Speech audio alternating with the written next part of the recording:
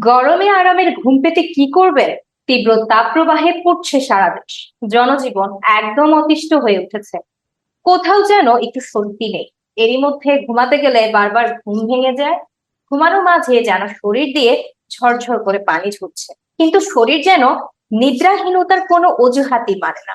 যতই গরম পড়ুক না কেন, নির্দিষ্ট মাত্রার ঘুম আমাদের লাগবে। এই গরমে স্বস্তিদায়ক ঘুমের জন্য ঘর ঠান্ডা বেশ জরুরি। ঘর ঠান্ডা করার বিভিন্ন কৌশল প্রয়োগ করতে হবে। তা সে এয়ার কন্ডিশনার হোক বা এয়ার কুলার অথবা ফ্যান।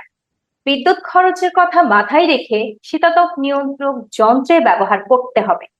ঘুমানোর কিছুক্ষণ আগে প্রয়োজন অনুযায়ী ঘরে বাতাস চলাচলের ব্যবস্থা করতে হবে। চলুন জেনে নেই ফ্যানের ব্যবহার।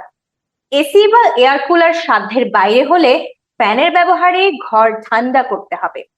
সিলিং ফ্যানের পাশাপাশি টেবিল বা স্ট্যান্ড ফ্যান রাখলে তাপমাত্রা আরো একটু কমতে পারে।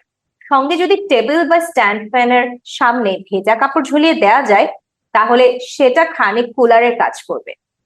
এবার চলুন জেনে নেই আরামদায়ক কাপড় বেছে নেওয়ার কৌশল।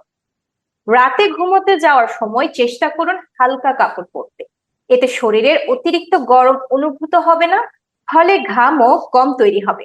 এছাড়াও বিছানার চাদর হিসেবে বেছে নিন হালকা রঙের সুতির চাদর। চাদরে আলো সহজেই প্রতিফলিত হয় বলে তাপ ধরে রাখে না, তাই ঘুমের সময়ও আরাম দেয়। এবার চলুন জেনে নেওয়া যাক পর্যাপ্ত পরিমাণে পানি খাওয়া।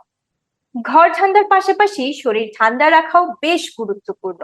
গরমে প্রবল ঘামের কারণে শরীর থেকে পানি বেরিয়ে যেতে থাকে, তাই রাতে ঘুমানোর সময়ে হাতের কাছে পানির বোতল রাখবেন, যাতে বেরিয়ে যাওয়া পানির ঘাটতি পূরণ করতে বেশি খাটতে না হয়। ঘন ঘন পানি না খেলে শরীর শুষ্ক হয়ে গিয়ে অন্য সমস্যা দেখা দিতে পারে। এবার চলুন জানি ঘরের আলো কমিয়ে নেওয়ার কৌশল। গ্রীষ্মে ঘরে যত কম সূর্যের আলো প্রবেশ করানো যায় ততই ভালো। যে কারণে চেষ্টা করবেন দিনের শুরুতেই ঘরের পর্দা টেনে দিতে। এছাড়াও ঘুমোতে যাওয়ার আগে কিছুক্ষণ ঘর অন্ধকার করে বসে থাকুন। শরীরকে অন্ধকারে রাখলে যে মেলাটোনিন উৎপন্ন হয় তা দ্রুত ঘুম পাড়াতে সাহায্য করে।